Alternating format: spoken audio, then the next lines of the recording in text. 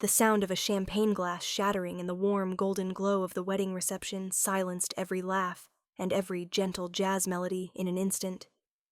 The 3-tiered wedding cake collapsed onto the floor like a demolished structure. A framed photo of me and Emily in Maui lay shattered at the foot of the trembling table. And in that suffocating silence, my sister's scream sliced through the air like a blade. That's the price for thinking you're better than everyone else. Everyone froze. Some guests looked away, others glanced at me, then at Emily. The music had stopped at some point, no one could recall when. I could hear my heartbeat pounding in my chest, but outwardly I didn't flinch. My mother rushed to Bethany, my sister, embracing her, as if she were both victim and hero. She just needed to let it out. My mother said softly but firmly, as if teaching me a lesson in forgiveness in front of everyone. I didn't cry. I didn't say a word. I looked around and caught Emily's gaze, my wife watching me intently. Not angry, not afraid, but waiting. That wait was like a wordless question. What should I do? What should we do? My name is Rachel. 31 years old. People used to call me the responsible child, the eldest sister, the strong one. But I only saw myself as someone who'd worked hard for a long time to build a stable life. Not wealthy, just enough to stop trembling every time I checked my bank account. I'd traveled across the U.S. on short-term consulting gigs, slept in airports, accepted below-market salaries, just to stay in the industry. Every step forward was earned through patience and silence. I didn't resent it, I chose that path. But I always believed that one day when I found my own happiness, I'd be allowed to keep it. Not share it. Not compromise it. Not ask for permission. Emily was the most beautiful part of that journey. We met at a professional conference, fell in love over late-night conversations until 2 a.m., and finally decided to marry. Not because it was perfect, but because amid all my doubts, Emily was the one thing I was certain of. That's why August 3rd, our wedding day, was supposed to be the best day of my life. Only 43 guests, people I trusted and cherished. A small wooden house on the outskirts of Seattle. Soft golden light. Lavender in glass vases. Emily in a short-sleeved white dress, hair, loosely pinned eyes shining like early summer sun.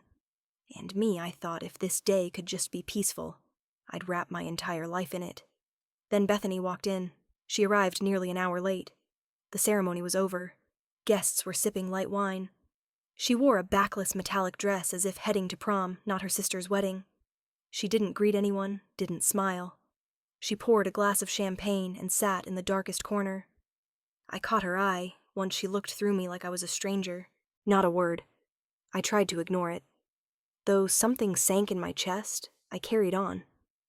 I stood up, grabbed the mic, ready to thank the guests and talk about my journey with Emily. About a love big enough to be a home. I didn't even finish my first sentence before Bethany stood up. I thought she'd give a congratulatory speech. Thought she was ready to be my sister again. But no. Her hand swung. The champagne glass arced perfectly, crashing onto the dessert table. The shattering sound echoed the wedding cake, collapsed sugar flowers scattering like snow out of season. You think you're better than everyone, her scream carried to the forest beyond. I heard someone gasp. A guest whispered, "Oh my God." My mother rushed over, wrapping Bethany in her arms as if she'd been bullied. She just needed to let it out. She's young. She's under pressure. I stood there, glass still in hand, motionless, no resistance, because I knew if I spoke today would no longer be my wedding. It would become a family trial. I wouldn't let that happen. Emily stepped closer, said nothing, just placed her hand on my back. That gentle touch slowed my breathing. I smiled, nodded to the coordinator. "Shall we continue?" I said, my voice eerily calm. The rest of the reception passed in a pretense of normalcy. People ate, talked, danced. But no one forgot what had happened. It hung like a dark cloud over the ceiling. That night, back home, I slipped off my wedding dress, sat on the edge of the bed, and opened my laptop. Emily didn't ask anything. She quietly removed her jewelry, folded her dress, and went to shower. I logged into the university website, canceled the $9.400 tuition payment I'd made for Bethany last month. Then I accessed the rental management system and froze the lease I'd co-signed for her. Emily came out, hair still wet. She looked at me, didn't ask. I just said, "It's done." That night, for the first time in years, I felt no guilt. I didn't feel cruel. I felt light, as if an invisible tether had been cut. Emily hugged me. In that silence, I knew she understood, even though I hadn't explained. And that same night, I realized this wasn't the climax. It was just the beginning. I used to think some things I did didn't need recognition.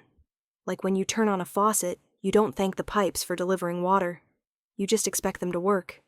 Smoothly, quietly. I'd lived like those pipes for nearly a decade. Bethany is 8 years younger than me. She was born when my parents were already worn out, exhausted by life, and began taking the easier route in parenting. For me, every mistake was a lesson. For Bethany, every mistake was because she's still young. I was never truly jealous. When you grow up with responsibility tied to your name, you don't have time to demand fairness. You just keep running.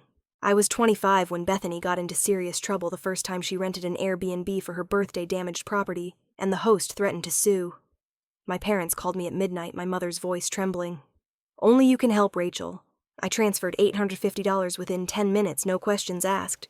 The next day, Bethany sent a short text, "I owe you, I'll pay you back slowly." I didn't wait. When Bethany dropped out of college the first time, her reason was the program didn't suit my energy. Energy, sure. The kind of energy that fueled 2 months of summer partying, then showing up at our parents' house with silver-dyed hair and a new shoulder tattoo, saying she was finding herself. My mother nodded, non-judgmental. She turned to me. "Can you lend her some money to re-enroll next semester? You're doing well, aren't you?" Doing well became the reason I kept bailing Bethany out. Re-enrollment fees, new apartment deposits, textbook rentals, dorm transfers. I once sent $500 while waiting for a connecting flight, eating a sandwich and using spotty airport Wi-Fi to open my banking app. When the transfer confirmation popped up, I felt calm.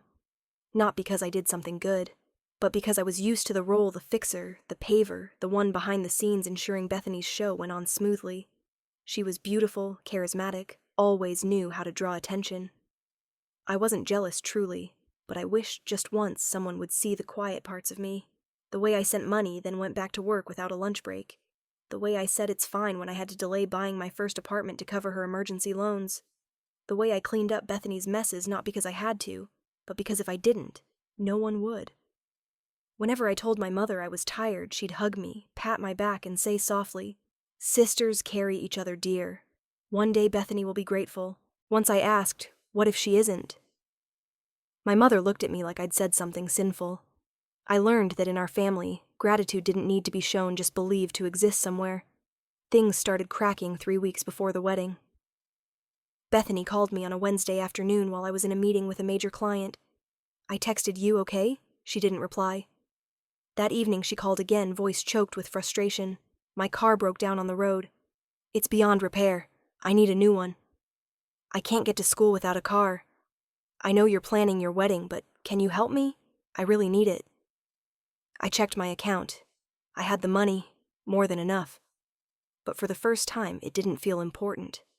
I felt tired, exhausted, like a well-run dry still expected to give more. I asked, "Have you looked into used cars, carpooling, public transport?" Bethany gave a bitter laugh. "You always think others aren't trying enough." I stayed silent, then said slowly, "I'm sorry I can't help this time." There was a long pause on the other end. Then she hung up. No thank you. No goodbye. Just a cold withdrawal. I knew I'd done something irreversible. Not because I didn't give money, but because I'd shattered the role I'd carried for a decade, the rescuer. For the next 3 weeks, no one mentioned that call. Bethany didn't text. My mother didn't ask. But I felt an undercurrent building. Every time I called home, I sensed an invisible distance in the conversations. My mother stopped talking about Bethany. My father grew quieter. Emily asked, "Do you think it'll affect the wedding?" I said, "Probably not," but I wasn't sure. Then the day came, August 3rd. Bethany walked in like a scene from a scripted movie. Shimmering dress, haughty expression, blank eyes. She didn't need to say anything. Her presence was an answer. She'd planned it. And when I stood to give my thanks to the guests, she stood too, as if to reclaim a stage she thought I'd stolen. You know the rest. The glass flew. The scream. The cake collapsed, and a painful silence. But what you don't know is that glass didn't just ruin the wedding. It shattered an illusion I'd held for so long, that if I kept giving one day they'd understand. Emily didn't say anything after that day. She didn't need to. Her eyes said enough. Not angry, but something was slowly closing.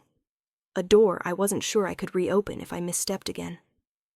Our apartment wasn't big. One bedroom open, kitchen large window overlooking a maple-lined street. That night it was silent. No golden wedding lights, no toasts. Just the soft tapping of my keyboard and the sound of water running in the bathroom. Emily was washing off her makeup. I was shedding a roll I'd carried too long. I opened my laptop, logged into Bethany's university financial system. The tuition account was clear $9,400 paid from my card 3 weeks ago. I clicked cancel contribution. A prompt asked if I was sure. I didn't hesitate. Click. Done. No tears, no anger. Just a quiet end. Next, I logged into the rental management portal I'd co-signed for Bethany's off-campus apartment. The account was active. I froze access, marked it for review. No further payments, no contract renewal. No more Rachel's name under Bethany's as a safety net. When Emily came out, hair wet, wrapped in a shawl, she said nothing. I looked at her and said, "It's done." She nodded. No explanation needed. She understood. Around 2 a.m., the texts started coming. Bethany, what did you do? I can't access my school account. Bethany, why did you freeze my lease? I have 5 days to pay. Bethany, you're actually cruel. Bethany, you have a moral obligation to me. I'm your sister. I read them all, didn't reply. Didn't delete. I wanted to remember every word, not for revenge, but to remind myself I didn't invent those years. I was truly taken advantage of, and now I was truly stepping away. The next morning I made coffee. Emily hugged me from behind. A hug, without questions, without pity, just presence enough to keep me from breaking. I didn't tell her anything. I didn't need to. She saw it all. By noon, my mother called. I watched the phone ring 3 times before picking up. Rachel, Bethany's upset. You can't just leave her like this. I stayed silent. You have to understand she's young. She acted out because she's hurt. You're the older sister. Mom, I said, my voice so calm it surprised me. She's 22, old enough to know consequences. Don't be so cold. Family means forgiveness. I didn't respond. She sighed and hung up. No questions about how I felt. No apology for the ruined wedding. Just a demand to keep carrying a burden they never acknowledged giving me. 2 days later, Bethany showed up at my door. Emily saw her through the peephole. She's standing there, Emily said. Empty-handed, but her eyes are armed. I didn't go out. I sat still in the living room, listening to the steady knocks like a debt collector's. Emily cracked the door. She doesn't want to see you, she said. Bethany stepped forward, the voice loud. I need to talk. She has no right to cancel everything without warning. You had no right to ruin someone's wedding, Emily replied, still calm. Bethany pushed the door lightly, trying to slip in. Emily didn't hesitate. She grabbed her arm, turned her, and pushed her back into the hallway. I'm holding back, Emily said, so you should leave before I call the police. Bethany's eyes widened, then she stepped back. No tears, no apology, just a hateful glance before turning away. I didn't feel relieved. I felt empty. Like every time I tried to clean up a mess, the cost was another piece of affection taken away. The next day, a new group chat was created, started by my father. Group chat family is forever members. Dad, Mom, Bethany, me, Emily. Dad texted first, we need to talk properly. No yelling, no blocking. Still family, Bethany replied first. I'm hurt. I didn't know she could treat me like this. I messed up the wedding, but I was in pain. No one asked why I acted out. Everyone just punished me. My mother followed Rachel. It's time to let it go. Your sister's finding herself. You're the older sister, you lead the way. Emily said nothing, but after that message she left the group. I read it all. No anger, no rage, just a feeling of seeing this script too many times. Same play, different actors, I replied. Bethany's not a child. She's 22. And she needs to learn the cost of disrespect. No one responded. No ellipses, no typing, no reaction. Just a metallic silence, heavy, cold, hard. That evening Emily opened a bottle of wine. We sat on the porch. The moon rose, high light spilling over the railing like water. "You okay?" she asked. "No," I said. "But you know what? For the first time I don't feel wrong for saying no." Emily nodded, resting her head on my shoulder. "The cost of knowing your boundaries is sometimes losing family," she said. "But what you gain is yourself." I didn't reply, but I knew she was right. And then, just weeks later, when I thought I'd endured enough, a new message changed everything. Not from Bethany, from my mother. Her text came on a Tuesday morning. No greeting, no emoji as usual. Just 7 words: "Your parents need to talk now." I read it 3 times. Something in her tone made me sit up, put down my coffee without a sip. My gut told me this wasn't about blame, and I was right. They were bankrupt. My parents, who'd lectured me on saving, scolded me for buying pre-made coffee instead of brewing at home, had sunk nearly all their savings into a real estate investment pitched by a relative. A golden opportunity, as my father put it. But the market crashed. They lost everything. Their Florida home was repossessed. Their retirement fund vanished. Now they were living off credit cards and dwindling pride. I sat still at my computer after a 23-minute call, listening to my father admit failure in a voice smaller than any he'd ever used with me. I didn't gloat. I wasn't angry. I just felt empty. Like after everything, I was still the child expected to balance the family, only this time I had no intention of stepping onto the stage. Bethany didn't call, didn't text, didn't complain. A week after the bankruptcy news, I heard through an old friend that her podcast had stopped. Sponsors pulled out, listeners dropped. Her social media went silent.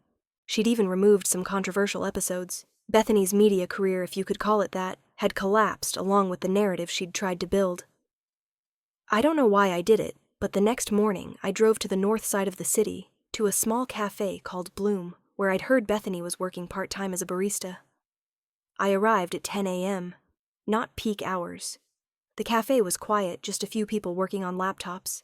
I sat in the far corner where soft light filtered through linen curtains. And then I saw her, Bethany, wiping down the counter hair neatly tied back, wearing a plain white shirt. No makeup, no cameras, no heels. Just Bethany in a way I hadn't seen since she was 17.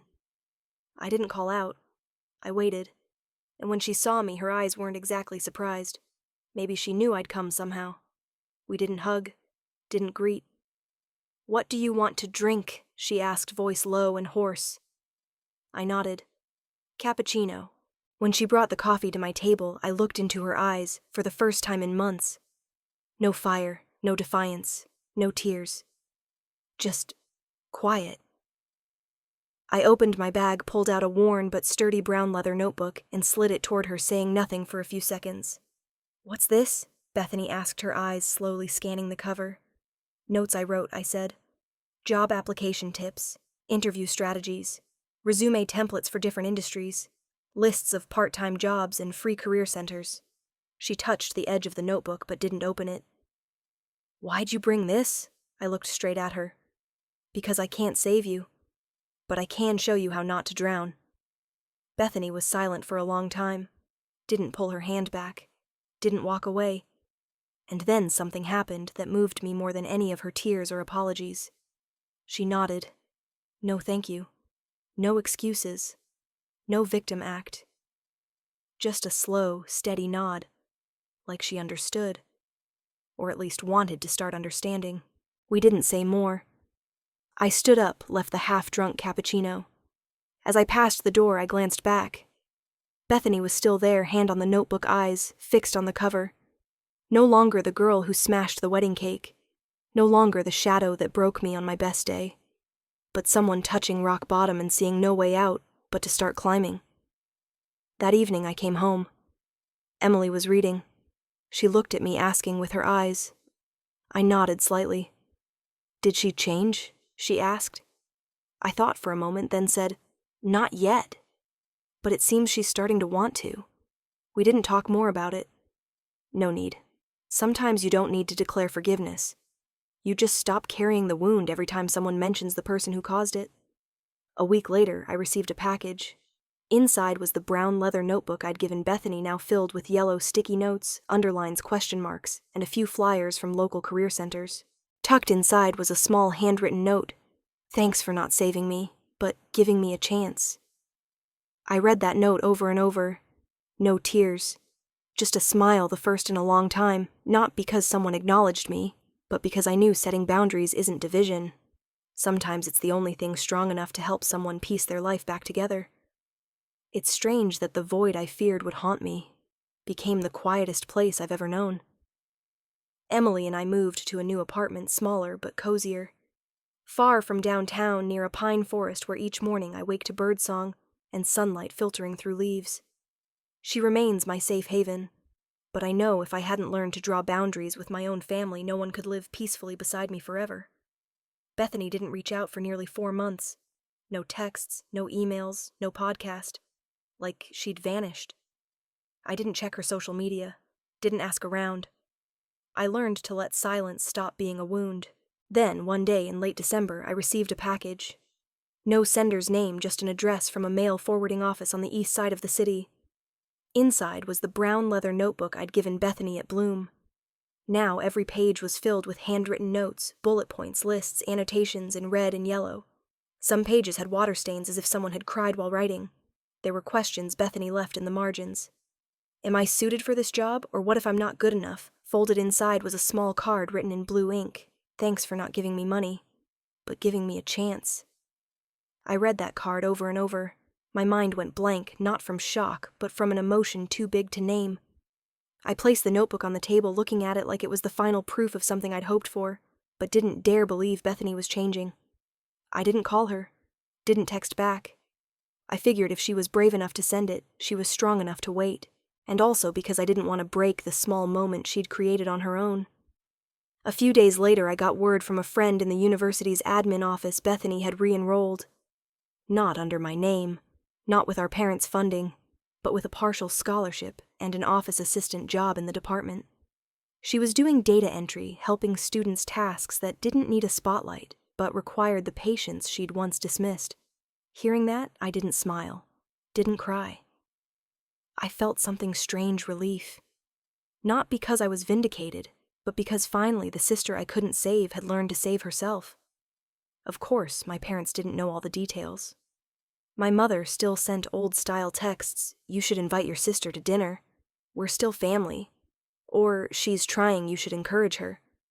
I didn't reply, not out of anger, but because I knew if I responded, I'd step back into the old cycle where everything I did was duty and every refusal was selfishness. I'd lived my youth like that. I didn't have the strength to live that way for another decade. One evening, while organizing the bookshelf, I found an old photo me and Bethany when I was 18, and she was 10. I was in my graduation gown holding a certificate. She clung to my arm, eyes sparkling as if I were a superhero. I stared at that photo for a long time. Maybe, in some distant moment, I was her role model. But then I grew up as the giver who never asked for anything back, and she grew up as the one always forgiven. No one taught us how to switch roles or meet halfway as equals. That night I told Emily about the package. She picked up the card, read it slowly, and set it down. "Will you reply?" she asked. I shook my head. Not now. She needs to keep going without expecting validation. Just like I once did.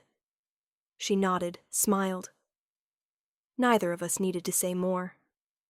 A calm spread like warm bath water. Not because everything was resolved, but because for the first time I didn't feel I had to fix it all. I thought back to the years I lived in Bethany's shadow, paying her bills, apologizing for her defending her to boyfriends, teachers, even our parents. And then I thought of now, her working, studying, choosing a new way to exist. Growth isn't a single leap. It's a series of small choices repeated despite exhaustion and old temptations. And Bethany, the sister I thought would always need saving, had started walking that path. I don't know if we'll ever be close again. Maybe not. But I know one thing for sure, I'm no longer her lifeline. and she's no longer pulling me under. Sometimes not holding someone up is the only way they learn to stand. And when I started believing that something completely unexpected happened, my parents, the ones who always sided with Bethany, always avoided confrontation, showed up at my door. Unannounced. No gifts. Just one thing to say. It was an early spring evening, a year after my and Emily's wedding. No call ahead, no text to meet. Just the doorbell at 7:12 p.m., while I was sautéing vegetables, and Emily was arranging flowers. I wasn't surprised, but I wasn't welcoming either. I opened the door halfway. The breeze carried the scent of young pines and rain lingering on the grass. My father nodded. My mother gave a strained smile, her eyes flickering with unease. "Can we come in?" she asked as if nothing had happened between us. I didn't invite them, but I didn't refuse either. I stepped aside and they walked in. Dad first, Mom trailing, moving like they were entering a stranger's home. Emily leaned against the kitchen counter, arms crossed, eyes wary, but not cold. She didn't speak, didn't force a smile. She just stood there, a boundary no one needed to draw, but everyone could see. We sat at the half-cleared dining table. They didn't touch the water. Didn't ask how I was. Didn't start with small talk like usual. That made me more cautious. My mother spoke first.